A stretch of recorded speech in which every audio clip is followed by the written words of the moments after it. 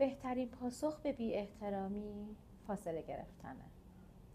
زمانی که شما وارد بحث یا واکنش میشین، مغزتون حالت دفاعی و استرسی به خودش میگیره که این حالت هم به مغز شما آسیب میزنه و هم میتونه طرف مقابلتون رو جسورتر کنه. علم روانشناسی میگه سکوت و فاصله گرفتن نوعی مرز سالم ایجاد میکنه.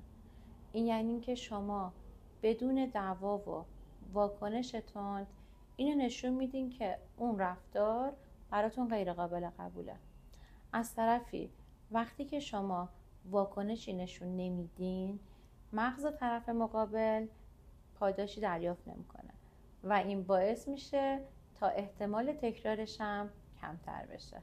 پس نه بحث کنید، نه انرژیتون رو هدر بدید و نه خودتون رو درگیر کنید. صرفاً فاصله بگیرید.